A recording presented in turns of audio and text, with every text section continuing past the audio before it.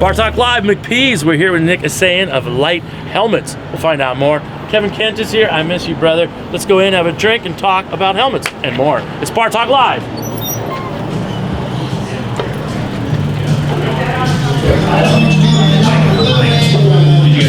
Nice work.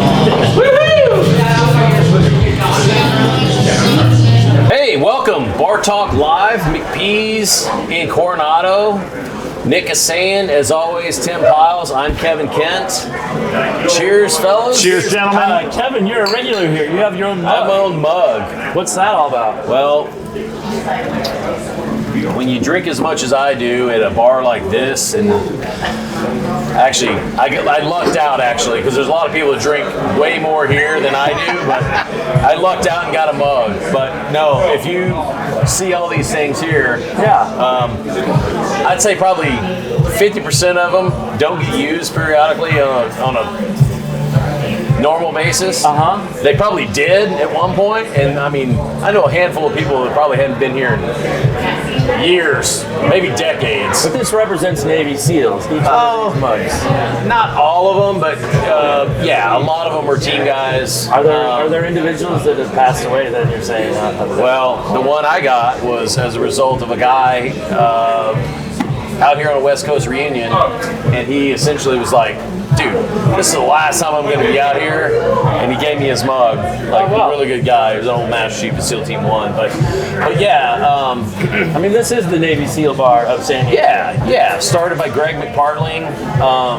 Rest in peace. He passed away. And this is the quintessential Navy SEAL bar on the West Coast. I mean, when you think about closest bar to the training? Well, not anymore because now it moved. There now all the stuff's down in Imperial Beach area. I mean, I guess technically it's still Coronado, but it's down the Strand. Yeah. But it used to. It was here for decades, though, correct? Yeah, I mean, literally the teams just moved down the Strand like several years ago. But yeah, I mean, McPee's been here since I don't know what year. I guess I probably should have studied up on that. It's on the billboard here. I'm not really known for my history lessons, but yeah. So, is it on the mug maybe? Established in? I'm kidding. It probably is. No, but Nick, how you been? I'm good. Yeah. Busy. Awesome. Swimming upstream. 2 young kids now in college, and cranking away in this helmet space and enjoying my retirement from auto racing most of the time. Sometimes I wish I was back there, but Light helmets. Let's see how light they are. It looks good on you. I mean, you look like you're ready to sit. Do you have eligibility left? Because I think in Utah they could use a fullback. I'm married. I'm not eligible anymore. Look at the straw. It's perfect. Nice. Cheers again. Get some good pictures of this, Jonathan. some good inserts. At some point, I'll try on that. I could be Aaron Rodgers or Brett Favre's. Saw Aaron yesterday. Well, actually Monday. Yeah. Went up to Monday Night Football. Oh, you did? Jets 49ers. Players on each team wearing our helmets, so it was pretty exciting to be on the field. And national anthem, it's like, man, 6 years in process to get on the field. So it was pretty cool. Tyrod Taylor's wearing our helmet. He's an investor, threw a touchdown at the end of the game.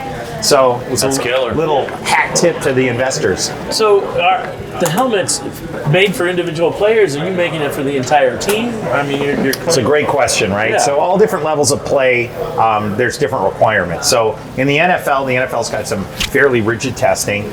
You get through that, and then the teams buy them, and then they put them on a tree, and it almost looks like a hat tree with a bunch of helmets on it. Players come in based on how it looks, how it performs on a test, if their buddies are wearing it, etc. Lightweight, extra protective material that really came from the military and auto racing. They'll make their choice. In college, similar to that. In high school, usually the high schools just buy them, or the school district buys them. Okay. If the parent doesn't like the helmet that their kid gets, they can go and buy their own. And that's gotten to be a pretty big business because parents are worried about protecting their son or daughter. They want them to play, but they want them to have the best protection. And then at a youth level, man, I mean, if you live in Flowery Branch, Georgia, you might be getting a $100 football helmet. If you're in Carlsbad, California, more, and you might be getting a $600 football helmet. Money doesn't always correlate with the best protective equipment, but every level's different. There's a lot of politics. There's only 3 other companies that make football helmets on the planet, so it's a tough space to break into. But hey, once you make it, there's only 3. That's it. So Riddell, that's like the big mama. They're almost a monopoly. Sure. And then Schutt and Visis, they're one company, and then there's another company called Zenith that's smaller, like Light. And you guys. And us. That's So 4. it. There's 4 total. Yeah. So that's awesome. How many teams are using your products? So in the NFL, we were in 28 to 32 locker rooms, which we just got our first helmet approved for the NFL in April. So we're pretty excited to be there. We've got about 12 to 15 top tier players. Cam Jordan's wearing it. Darius Robinson's wearing it. Tyrod. In college, we've got about 40 big NCAA D1 programs using them. And again, all the players aren't using them, but there's a handful of players. The big thing is the helmet weight and the materials we use. When you reduce weight, you reduce a lot of stress on the cervical structure when somebody gets hit and their head's snapping around, or these head-to-ground injuries. Because football's not like it used to be where you put your head down and use it as a battering ram. It's a penalty now. But you can't stop impacts, and you certainly can't stop your head hitting the ground. And we pass all the check boxes on tests, but you get a high school in San Diego, they go from 17 concussions to 2 switching to our helmets. That's a big change. Yeah. And high school football we saw during the pandemic when kids didn't play, sitting in front of a video game screen. So we want those kids out, we want them playing, and we're here to make money, but my kid's worn this helmet. And we've got some other investors, Tony Romo, played on the Cowboys for a long time, he's an announcer. Fred Smith is a founder of FedEx. 3 Navy SEALs actually from the base here, and there's a story behind how we got in contact with them. The founder of Skills, and a bunch of NFL guys, and we're cranking it up, and it's a battle, but I think it's a battle worth fighting. So teams could have helmets from all manufacturers? That's on the correct. field? As long as they're on the approved list. As long as they're on the approved list. Yep. So the NFL goes through this, they have a living test that changes with the science, right? And it's really based on a year or 2 years old of data. We like to think we're a couple years ahead of it. So once you pass that test, then the equipment manager, who's kind of the gatekeeper, you got to go and cajole him. Some of them are very into new technology. Others want to deal with the old and see how it's going to go. Right. So you got to play your politics there, and then you go to players, you go to agents. And I'm a huge football fan. I played D3 college football for 2 years at a little school called Whitewater. So when I'm standing in the locker room and there's Max Crosby and Devontae Adams or Dak Prescott saying, "Okay, tell me about your helmet," you have 2 minutes, and you're like, you don't know what to say. Yeah. So, but at the same point, Do you talk to those guys? yeah, I mean, like George Kittle, great example. So George Kittle lives in Nashville. He had this thing called Tight End University. They bring all the tight ends in. So we sent a couple of salespeople out there, and a guy by the name of Sandy Sandoval that did all the covers of the EA Sports games, because we knew people. So they're out there. They meet Kittle's dad. Kittle's busy. The dad says, "Send George a helmet." So we're getting a helmet, Niners helmet, all packaged up. We send it out there, and I'm going to put a note in there. And you, asshole, like 3 or 4 years ago, send me a birthday card with a bunch of metallic dicks in it. I'm in my car, the air conditioner's on, the little dicks blow all over the place. Confetti dicks. Confetti dicks. So what do? I take a double shot of it and pour it in the envelope, send it to Kittle. So I'm in the Niner locker room. Dicks? Confetti dicks. I've never Nice. talked to him before. I'm in the locker room, we get introduced. I'm like, "Bro, I got an admission." And he looks at me. I'm like, "We sent you a helmet." He goes, "You're the metallic dick guy." I'm like, "Yeah." He's like, "My wife's like, who the hell would ever put metallic dicks in an envelope and send it to somebody they don't know?" And he goes, "Somebody with a good sense of humor." He goes, "Put it in the vice." So, and I will say that I don't care if it's NFL level, college level, high school level, man, these guys work hard. And people think they're punks. They are not. These guys, they're polite, they're smart, they're committed, they grind. And it is so difficult, even at a big high school, to play, more or less start, and then do that at a college level and avoid injury and the training and the nutrition. And then, hey, when I was in college, if people had cell phone cameras, I'd be in jail still. We're not talking about any of that. But these guys they're really dynamic business people too. They understand. I didn't know what warrants were, stock options back when I was 23 years old. So I'm really impressed. There's some politics at play, whether it's NFL, college, etc. But no one's doing anything intentionally to cause harm. It's just a matter of everybody's got a different story and philosophy of how do we protect these players. But all this technology, we see it in football. you know, we were in the top categories for everything. But hockey's next, construction's next, lacrosse is next, and other commercial markets. And, you know, we like to think that we can make money and protect people at the same time. So, your background, how did you get into, obviously I know all these questions, but I know the answer, but I don't. hey, welcome, come on in. Hello. Buy us a shot. No, just kidding. No, so I know the whole history to this because I was a wannabe investor at one point, and I've known Nick for 16 years. Yeah, 16 years. First time I met you was at this bar, and then go to another bar up the street. That's and, correct. Yeah, so and then We went home together. We did. No. That's a second date. that's a second date. Yeah. Don't I advance forgot you're not things. easy. Yeah, come on. I am, but he's not. So. Yeah. I was on the rag. Ouch. Well, all this tech came out of the auto race space. So if anybody's watched NASCAR, IndyCar, there was a guy by the name of Bill Simpson, and he changed the safety coefficient in auto racing. Composite helmets, motorcycle helmets, different race seats, seat belts, window nets. Everything was different. 3-layer Nomex suits. You may even see him in an insurance commercial. They light him on fire and put him out. And unfortunately, he's passed away. But we're at the Long Beach Grand Prix, and I think you actually ended up in the pace car at one of these Long Beach Grand Prix, along with Gallimore, who's another crook that we won't talk about here. But so I finished second at the Long Beach Grand Prix. The IndyCar race is going to start, and there's another local, Boris said, who's a NASCAR guy. He's like, "Hey, Simpson," he goes, "you don't know shit about football. You and Ganassi started this football helmet company, taking the race tech and moving it over. If you want to get it to the next level, sell it to somebody that played some football." And I'm thinking, I played D3 football for a really short period of time. So anyway, get in a discussion with Simpson, go through some diligence. We end up buying the assets of the company, and that's how we started. But the companies, or the helmets that he was selling at the time, like Jeff Saturday, Dwight Freeney, but there were no regulations. They looked like an eggshell with styrofoam in it, and you know, it's a Kevlar shell or a carbon shell with some unique foam in it, but nothing like what we have here today. So Bill told me, he's like, you know, I really care about the kids, and he did. You know, he had made a lot of money in that auto race space, and I wouldn't be sitting here talking to you if his products weren't on the market, because I would have been killed at least 2 or 3 times. I raced maybe 650 races total and had some pretty nasty accidents. He changed auto racing, and we like to think that he's the one that got the ball rolling in this space, and that's where the technology started. But now the NFL's funded some of the internals on these helmets. We utilize a shell that's similar to our competitors. It's a good question. Like grants to you guys, or just going, we're got an independent company type shit? So we had a company called Clyde. They came to us out of Canada. Clyde? Kollide. Okay. Bunch of French Canadian dudes. Can't understand shit I when would they're expect talking them to to them. spell it any way other than that.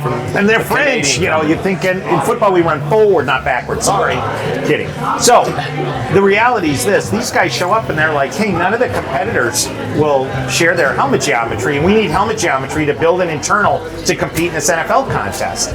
So we're new. We're like, "Fuck it, let's give it to these guys." So we share it with them.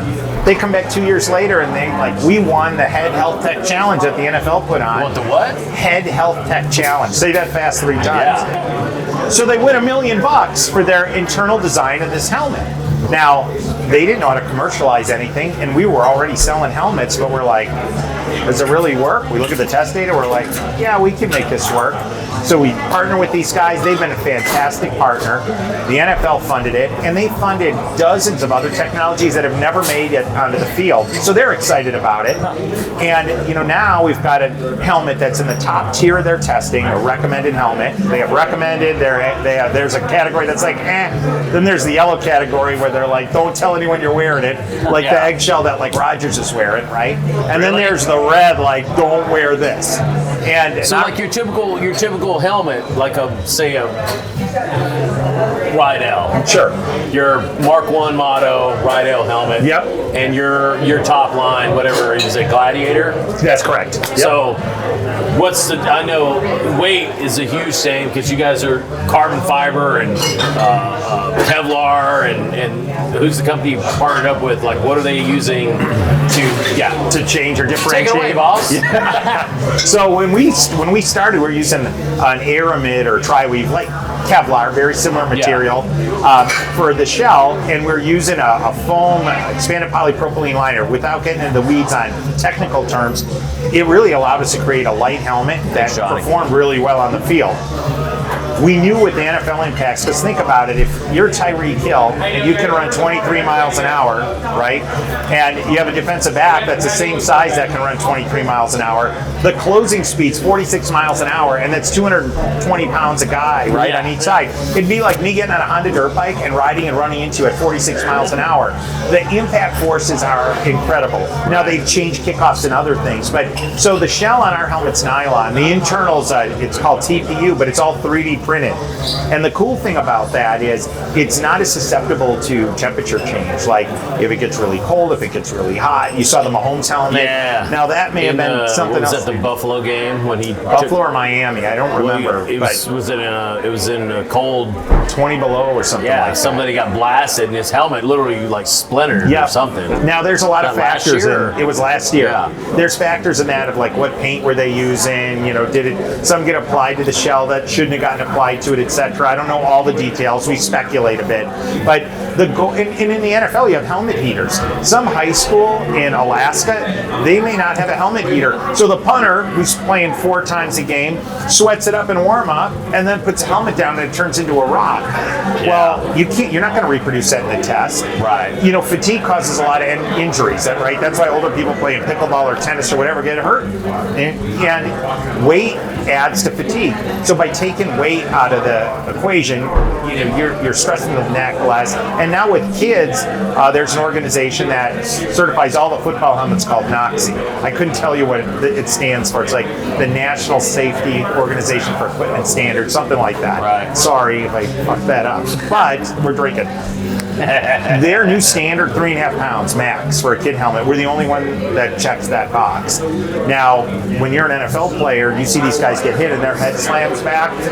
Think about a 2-pound construction hammer versus a 1-pound hitting a nail. The 2 pounds got a lot more kinetic energy. So if you can reduce weight, you're reducing stress on the neck, and you're reducing some of that impact. Yeah, you got that bounce back too, because you're going versus a big meat hammer going clunk, clunk, clunk. That's exactly it. And then add turf and everything else into it. Yeah. But it's military and airline applications that comes into play on some of this. It's the technology with the lightest materials, and it's all coming to play. I mean, these are works of art as well. I mean, who plays with this one, you said? So this is San Diego State.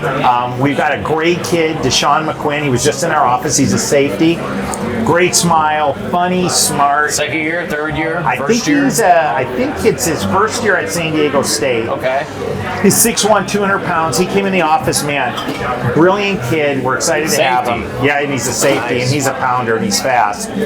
We've got some kids at Utah. Cam Rising was one of the first guys to wear a helmet after getting knocked out in the Rose Bowl in what was supposedly like a top-tier helmet. He got pushed down on the grass, hit his head. And initially, the university was a little bit tepid and used trying to new technology. But Utah was pretty progressive in terms of talking to us about the technology, their medical people, their equipment people, the athletic director. And now we got quite a few players there and a couple of star players there. And that helped us get in the NFL. And college sports have changed a lot because now players are making some money. Troy is saying University of Utah cut and trying to get back on the team. Are there less kids getting into football? Do you feel like this technology is helping that? Because I feel like with all of the development and these injuries and what we know, that less parents maybe are pushing their kids into football. I mean, it's also something that's like I couldn't imagine that happening in Texas. Like when you think of the Friday Night Lights and that power. I see it here locally on KUSI, which is kind of interesting. Pigskin Report. Because I didn't have that as a kid. I mean, that's kind of an exciting thing, covering high school football. I mean, they treat these young kids like they're little football stars. And maybe they will be. It's hard to say, but what a great outlet for them. Are there high school teams that have any of There these are. There's in a San bunch Diego? of them in San Diego. It's kind of like you got to win the home area first. And we've been blessed that Cathedral Catholic, is kind of a powerhouse California school. They won the Open Division Championship 3-4 years ago.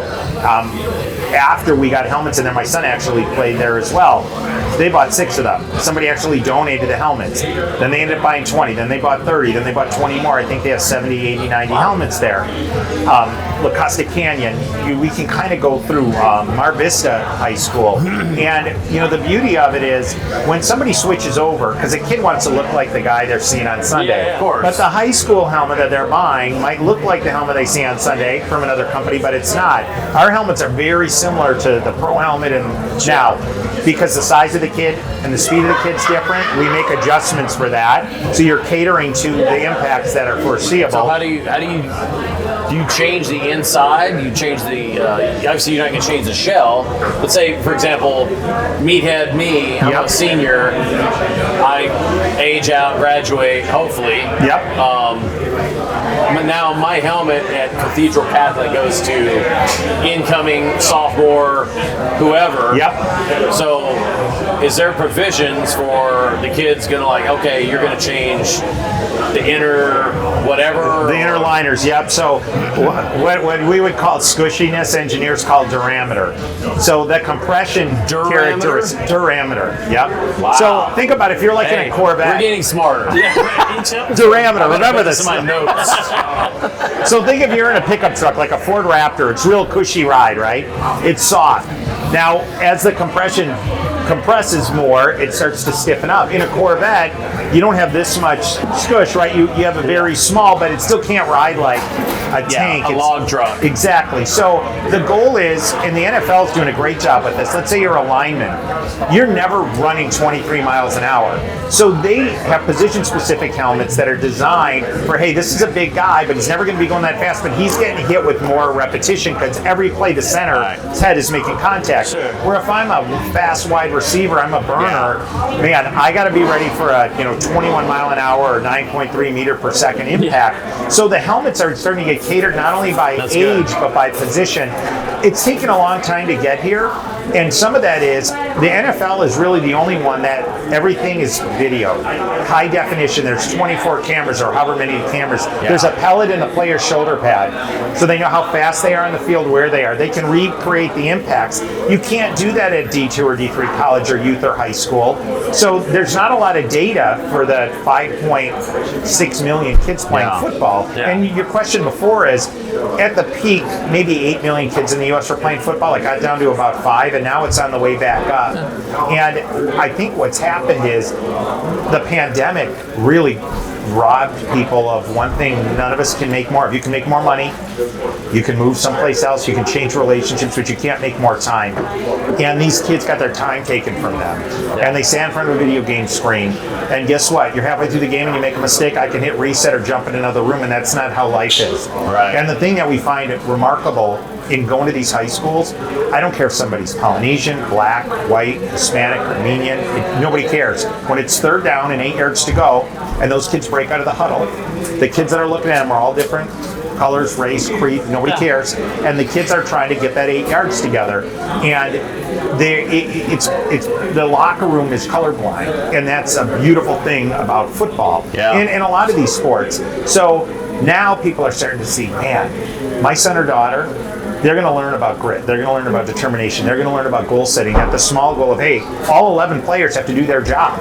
If this backside tackle doesn't block somebody, the play doesn't work. Somebody's got their head knocked off. Yep. And when that kid makes a mistake 3 times in a row, he's got to have the grit to come back. But the quarterback and the other line guys are like, come on, brother. He goes, you got it. Don't worry about it. Shake it off. Move on to the next thing. Shake it off, buddy. So, none of us are perfect. We all make mistakes. So you're Taylor Swift coming out of you? I don't know if I want to see that video. Maybe we record that later on. We're good. So anyway, that's the goal. Easy, Tiger. I want to see you shake it. No, that's not on this episode. I don't even think that song's on the jukebox. I hope not. Not on this place, probably. Anyways, we're going to take a break. We're going to come back with more. All right, you ready? I'm ready. We'll be back. Nice. More Bar Talk Live. Thanks, fellas. Falling hard like a tidal wave, kaleidoscope spiraling in outer space. Nothing like I've ever seen, it's just a thing of beauty. Kevin, what are you doing, buddy? Hey, we're back. Are you a I'm model? trying to figure out this. The light headgear. How's it feel? Yeah. How's it feel? Imshi. How's it feel? You look like you're ready to play. I know. It's got eligibility left. Didn't you say you were going to use him as a model in the next catalog? I think with 4 years of eligibility left, that he's got a lot of options. I think we're good. Johnny, can we get a sideboard? Oh yeah, Johnny. Uh-oh. That's Trouble. We're hanging out at McPee's. Love this McPee's and place. Coronado. Shout out to McPee's. Cheers, boys. Thanks for having me. Appreciate it. So you were a sports No, car. sideboard. We're just having a little sip. Yeah. Well, I already sipped like 3/4 of it.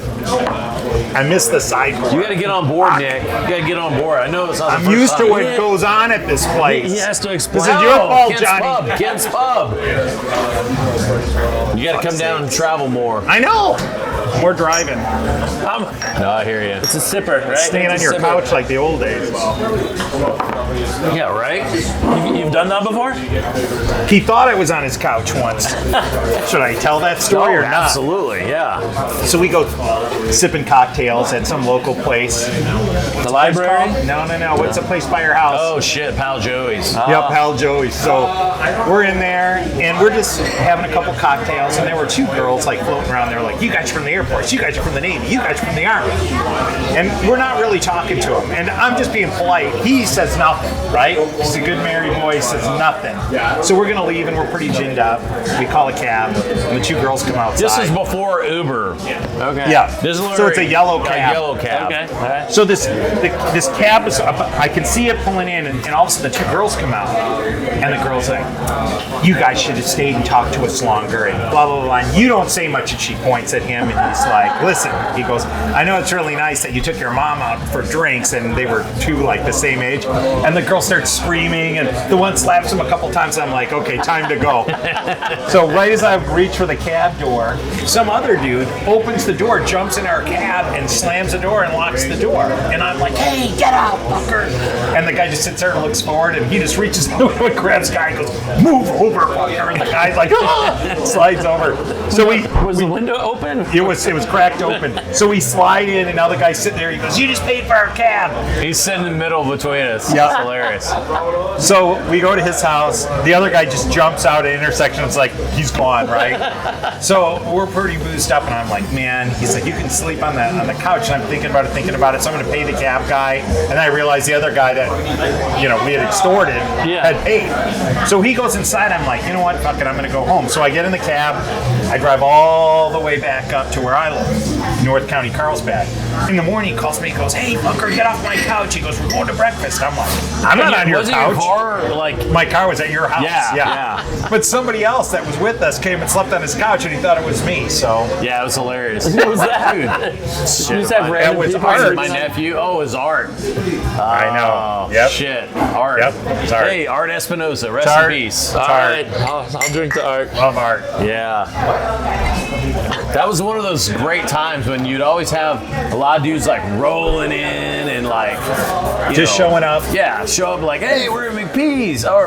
Hey, we're at this place or we're at this. Like jumping a Uber, like roll back. And I don't know how many times I've been with like Tage and Art or Mo and Ryan Williams and random dudes are like back at Kent's Pub, and all of a sudden like wake up the next day and Gabby, Your wife. the coolest woman ever, She is. like waking me up going, who the fuck is downstairs? I'm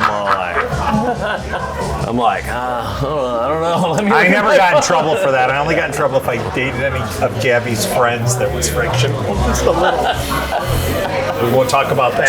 just the guy friends. That's true. That's true. You can see those on my OnlyFans page. So cheers. Cheers. Cheers. Hey, I'm in. cheers to McPee's. Thanks, Johnny. Thanks, Johnny. So, light. What was the conduit? I know early on you got into Bill Simpson. But prior to that, give me the whole breakdown of racing. Sure. Your 20s through the 40s. I grew up a poor Armenian child. I was going to say, this is a life You grew up story. in Wisconsin. I grew up in right? Wisconsin. Yeah, I move out here. That's why he likes to booze. I'm working for a company that got bought by Bain Capital, and I'm like, man, San Diego's nice. And I had spent a lot of time in Southern California. I have a great uncle and aunt. What brought you out here, though? Bain Capital? Bain Capital. Yeah. They had bought a company called Executone, and I was involved in that. So I came out here, and I had a bunch of choices on where to move, and I'm like, San Diego? And actually, somebody gave me a pile of fax machine sheets. I'm like, New York, Philly, all these shitholes that I don't want to live in. And all of a sudden, the lady comes out with the last sheet. She goes, oh, there was one more sheet to print in San Diego. I'm like, done. Signed the thing, sent it in. I fly up here the first time. The two guys from the company pick me up and take me to the Cheetah. I'm like, I don't need to go there. I'm already going to move. You don't have to convince me. So I move here. What's the Cheetah? I think you The meant Cheetah cheetahs. is Didn't you mean cheetahs? a restaurant. Yeah. They sell Never heard of Sprites it. and beers. That's weird. It Must be out of business It was a nowadays. long time ago. I was a victim of circumstance. So I'm here 2 years, and I meet these guys from the television show Cops. It happenstance meeting. They call me up. They're like, whatever you're making, we'll double it for you to run a company selling video at the time, VHS and DVDs. So if you like Cops, you don't ever get to see nudity, real violence, or profanity. What they did is they took all the nudity, real violence, and profanity, and they put it on DVDs. And they're like, bro, you're going to sell this for us. So we put a company together. We're selling this stuff, and it was crazy shit. The Coast Guard would land, and they'd walk in. They got the helmet with the lightning bolts on it. We need the tapes and the DVDs. We're like, they don't even have them, right? It was crazy. These guys are buying airplanes, multiple Ferraris. I'm like, I can do this shit myself. So I start a company selling shit on TV. This guy fucking NBA, played college football, worked for a company that got bought by Bain, and now I'm in the infomercial business. And you know how lucrative it was? Zero. I got my ass handed to me for 2 years. My former wife and I are paying for gas with quarters and pennies and shit. Eating ramen. It was horrible. We get the small Jersey Mike's thing and cut it down the middle and share it. But we kept trying, kept swinging at it, and I'm divorced now, but my former wife was super supportive of my effort. She never ever said, Carrie. Hey, yep, you're going to get your ass kicked. You're a loser. You're not meeting your obligation. She never did. She always keep going, keep going, keep going. And there's a theme to this. So I finally get one that gets some traction, and we start making some money, and then 9/11 settles down, things change again, and then I had a big one 2005 and 6, and we have 2 of the top 100 books of the century, Debt, Cures, and Free Money, different iterations of those. We sold almost 5 million people books, DVDs, all of these things. We had a Navy SEAL coin collection. We donated 5% of the proceeds to the Special Operations Warrior Foundation. So when the team guys killed Bin Laden, we're like, man, people want to buy coins, but we don't want to profit off this. The war on terror's been expensive for everyone. So I had known Kevin by that time, and I said, hey, I'd like to design a coin and donate money to the Special Ops Warrior Foundation, which I will say, anybody watching this podcast, it's the best charity. I've met some of my best friends through this charity, Tom but Dietz. also Tom Dietz. My CO, XO. Yep. Great guy, SEAL Team 5. Yep. I met Ryan Williams, Mike Moriarty, Andrew Arabida, a bunch of active duty guys. But basically what the charity does is, and this was in the heart of Iraq and Afghanistan, the beginning of the Syrian conflict, is what they would do is somebody's lost in combat, you bring the family to the racetrack. So I'm racing automobiles professionally, and we would bring these kids out, the families out to the track. And we do the best we could do to give them their best 3 days that were possible. And it was Army Rangers, SEALs, PJs, Deltas, and it was great. But we'd also raise money, do fundraising.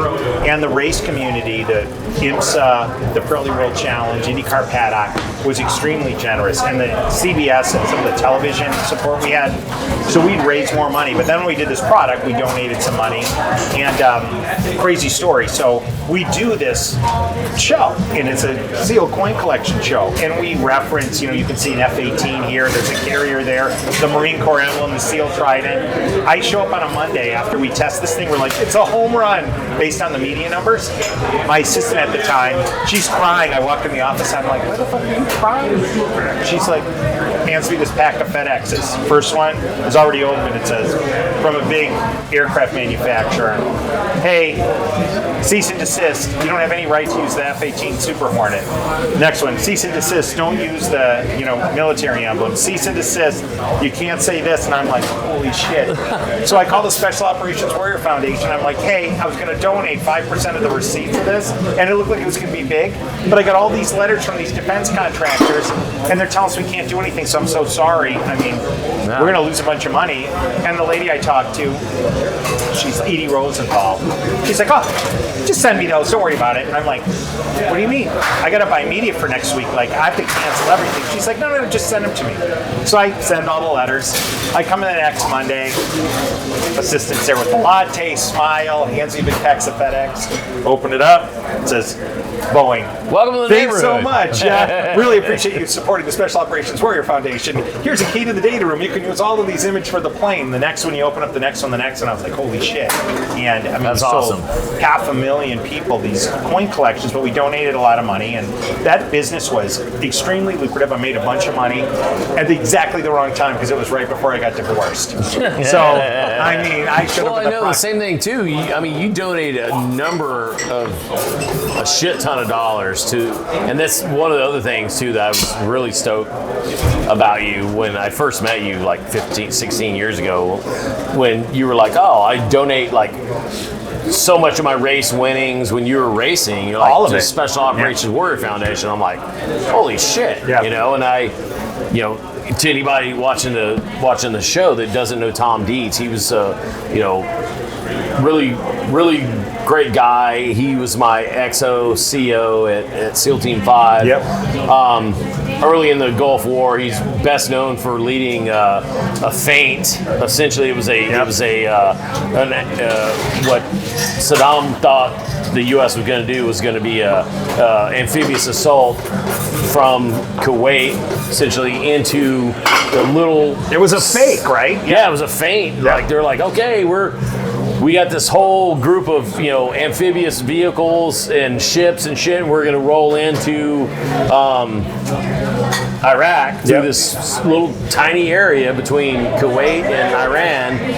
And so of course Saddam had pushed, it was all this logistical, like what you see on a map, or like people like pushing tanks and little, but it was awesome because Tom was the CEO or the OIC in charge of this, and I got guys at SEAL Team 5 that were on this mission and swam through, did swimmer scout operations and swam up to the beach and put haversacks on the beach, like all this legitimate shit, and then set charges off, blowing all this stuff up on the beach, and then ultimately it drew all these forces from Iraq down. They saved a lot of lives. And then the bulk of the force went through land. Tanks and classic Schwarzkopf, like sleight of hand. Hey, what do you think we're doing over here? He did a great job. But the Special Op Warrior Foundation, how I met you.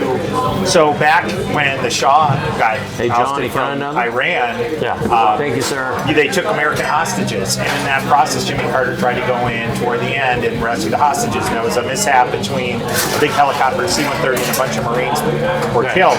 So there were a lot of kids that didn't have parents anymore. So the Special Operations Warrior Foundation was founded, and then after 9/11, because of the tempo and the pace, the Special Operations collectively in all the services. You guys need anything to drink? I'll take a Corona, please. Bullet Rye ginger and a Corona, please. Thank you. the fatality rate, and I hate to say this, was so high. In my family, I had an uncle in the Navy. My father was in the Marines. Kevin spent some time with my dad. You were not in the military. Wasn't in the military. Yeah, your dad's and, awesome. I had 3 other uncles in the Army, and I didn't do shit. Like, I went to the Sheriff's Academy for search and rescue. We served some points in New Mexico, kinda, for a period of time. But I didn't do for my community or country anywhere in proportion to what guys like Kevin or Ryan or Mo or any of the other people here, or the people that own these cups. And I think it's lost on people. Like, it's 9/11 today, and I don't know how many times today I had to shut the door of my office and have to think about, here's some woman had to jump out of a window with a 1,500-degree fire, or be melted, right? And regardless of your side of the aisle, we're protected. We're able to sit here and not worry that there's a bag hanging down here because of guys like Kevin and all the other people, that train up the street and in all the branches of service. And I realized quickly that, man, my time had passed, but what can I do to contribute? So when I was racing professionally, I raced for Aston Martin, American Honda, and American Honda was beyond generous in terms of flying people in, put decals on cars. The Extortion 17 helicopter event happened. We wrapped the car. They took the whole outside of it off and sent it to the SEAL Team Museum. And I can cite... the hood is at the SEAL Museum. Yeah. Which is awesome. It's still there. But all I could think of when I would leave, I'd be like, man, that family gave up so much. That guy gave up so much. But the last thing as a dad, because I knew when I crashed a couple of times, I'm like, oh, I'm dying here. And the thing that popped into my head was my kids. And I know that that's what pops in everyone else's heads. Who's going to take care of my kids? So having that safety net there to know that someone can take your kids. There was a kid by the name of Dustin Rodriguez. I met him at Mid-Ohio. He was a young kid. And his dad got killed in the Gulf War. The first one, fratricide, our own plane shot down a helicopter. They were trying to fly this Iraqi girl to get an operation. F-15 shot down a Black Hawk.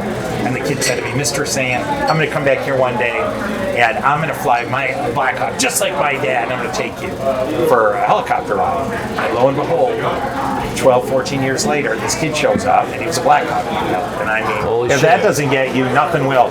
So that's awesome. We were at some event here, and I'm just in the throes. I'm in the middle of my divorce, and I'm like, why didn't I do this before I made all this money, or after I got my ass kicked? So I mean, I have this giant judgment. If you've ever seen the Van Halen 5150, where the guy's holding the glove, that's how I feel every day. Atlas exactly. So that's going on, and we're bringing all these people to the base. And I'm standing in the back of the room, and all these people are in their dog and pony showing this very stately, powerfully built man, Kevin Kent, who happens to be you, standing next to me. And, blah, blah, blah, everybody's going on and on. And I've done it several times before. And it's never not remarkable. But we look at each other, and he's like, hey, let's go for a drink down the street. So takes off his shit, and we sat right here, and we boosted up. So that's the story. But anyway, getting into all of this, I've done the car race thing. How do you get into car racing? Is this after you've made all your money, or no, you're doing car racing before this? So, like 1990, I love cars, right? I grew up in the Midwest, so you're driving in the snow, so you get pretty good car control. And they have this thing called autocross, which is gymkhana. It's like a bunch of cones, and you race around the cones. And I was doing really well in that, and I'm like, man, I kind of like this. So I had a job at an Acura dealership my last summer before getting out of college, and I won a sales contest. They sent me to a race school, and I was quicker than the instructors. Skip Barber or something? Yeah, it was Skip Barber or Bob Bondurant. And I'm like, fuck, I can do this.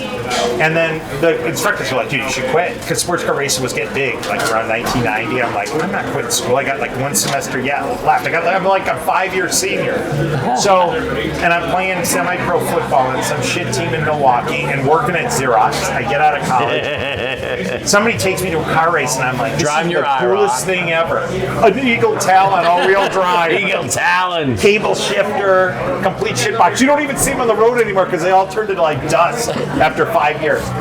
But I'm like, this is the coolest thing ever. So I met this lady at the track. She gave me an opportunity to rent a race car for cheap.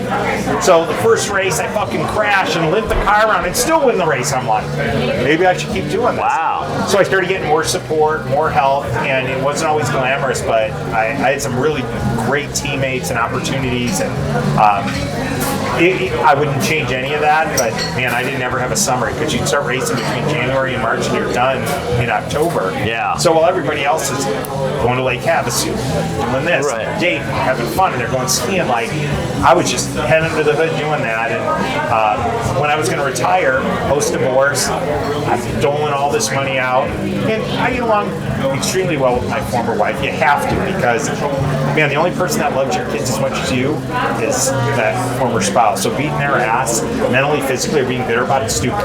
Yeah. And we both probably had that at some point, but For sure. we make it work now. Yeah. And my kids are great, but I'm like, holy shit, I was retired. Like, I was done. I started with nothing, and I got to a point where I'm like, I'm living in a $9 million house. I got 20 cars. I got part of a plane. I can do whatever the fuck I want to. Guess what? You have nothing and like it. So it's like, start over. So this thing pops up, Long Beach. Simpson's like, I'll sell it to you.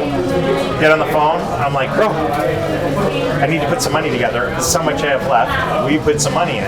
And I made a couple conference calls. Money came in. We bought the thing.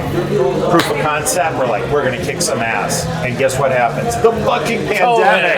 Yeah. Shoot in the nuts, right? Yeah. So that happens. And then I'm like, Shoot in the you nuts. got to be kidding me. Like, I'm in the office, like, with a pistol and a bottle of whiskey, like, laying on the floor. I'm like, No cocaine? I should have gotten the cocaine because I could have worked harder then. So, fast forward, come out of the pandemic, and sports are taking off again.